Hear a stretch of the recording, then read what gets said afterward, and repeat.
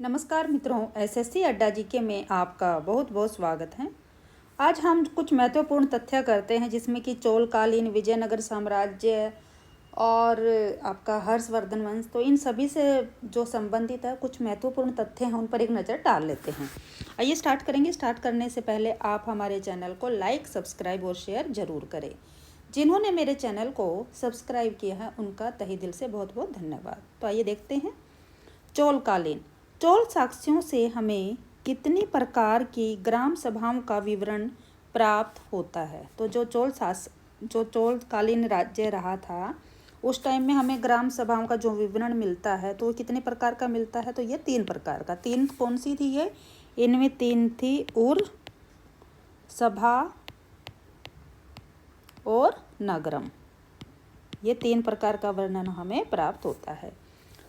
तो जब चोल काल में जो कई ग्रामों का समूह उसको क्या कहा जाता था? तो कई प्रकार का जो ग्रामों का समूह उसको कुर्रम कहते थे। लेखाकार को क्या कहा जाता था? तो लेखाकार को किस नाम से संबोधित करते थे? तो इसको कंकणिया के नाम से संबोधित किया जाता था। अब विजयनगर साम्राज्य के बारे में देखते हैं। विजयनगर में प्रशासन की सबसे छोटी इकाई को ग्राम कहा जाता था और इसका दूसरा नाम क्या था? तो इसको ऊर के नाम से भी जाना जाता था।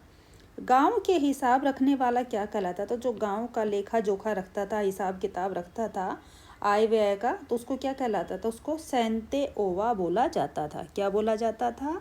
सेंते ओवा इसको बोला जाता था। इसका मतलब क्या होता था? इसका मतलब होता था लेखाकार। तो इसका क्या मतलब रहता है? लेखाकार।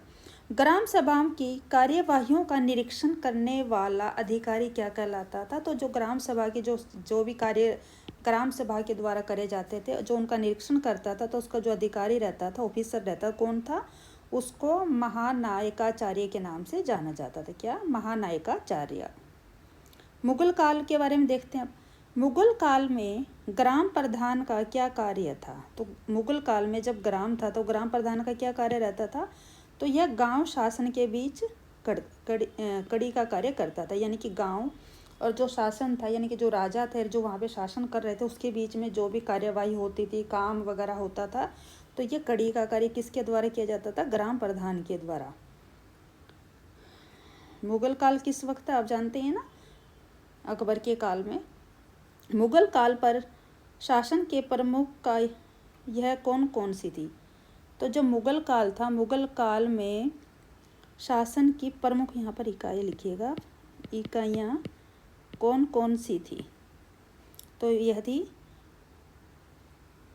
सूबे होते थे। सूबे मतलब सूबे यानी कि प्रांत, सरकार, जिले और परगने या गांव।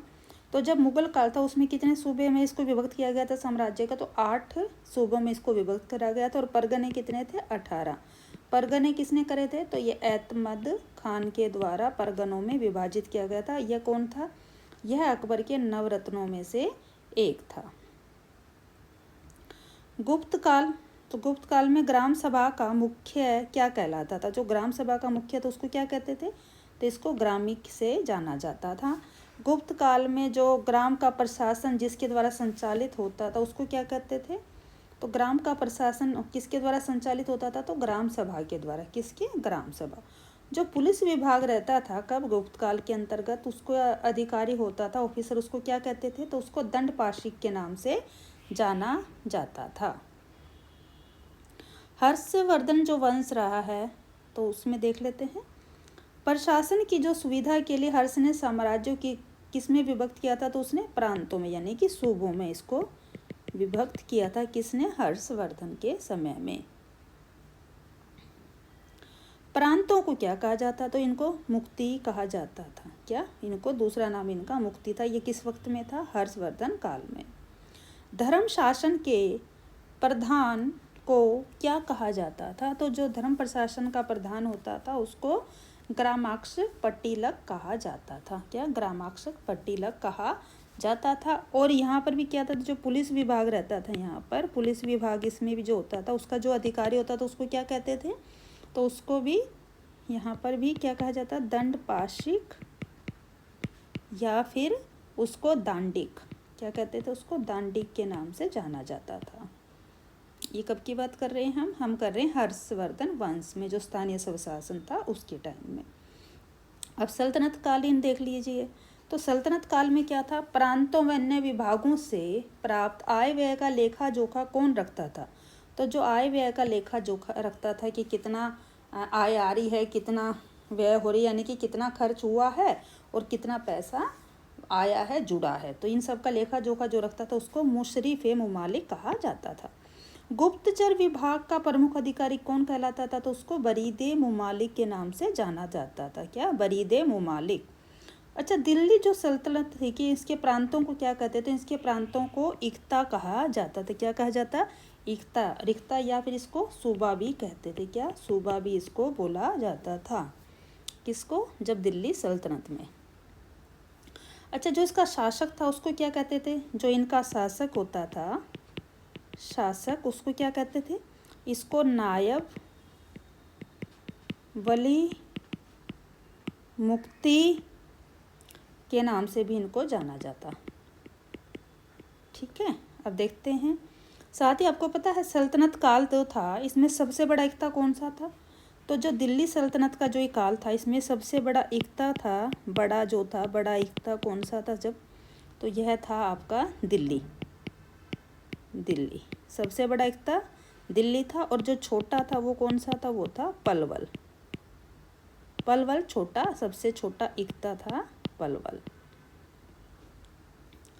इसके बारे में साथ ही जो सल्तनत काल था, ये सल्तनत काल के अंदर और क्या था, जो इख्ताओं का विभाजन किस में किया गया था, तो इख्ताओं का विभाजन जिलों में किया गया था। इख्ता का विभाजन किस में किया गया था, विभाजन किस में किया गया था, जिलों में किया गया था। किस में, जिलों के अंदर इनका किया गया था।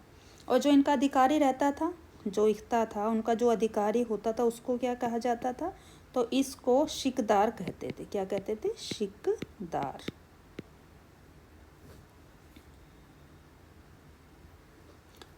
और तो इस तरह से इसकी बात। मौर्य काल के बारे में अब थोड़ा सा देख लेते हैं। ग्राम प्रशासन का सर्वोच्च अधिकारी क्या कहलाता था, क्या कहलाता था, तो इसको ग्रामीण कहा जाता था। इसकी जो नगर की शासन व्यवस्था का संचालन करने वाला नागरिक क्या कहलाता था, उसको नागरिक के नाम से जानते थे। प्रशासन की सबसे छोटी इकाई यह ग्राम थी। क्या थी, ग्राम थी। भूमि की पैमाइश करने वाला पदाधिकारी क्या कहलाता, तो मौर्य काल में इसको क्या कहते थे, राजुक कहा जाता था। और आज के वक्त में इसको जो भूमि की पैमाइश करता है उसको क्या कहते हैं, पटवारी या लेखाकार, लेखपाल। तो आज के टाइम में इनको किसके नाम से, पटवारी, लेखपाल, कुलकर्णी आदि नामों से जाना जाता है।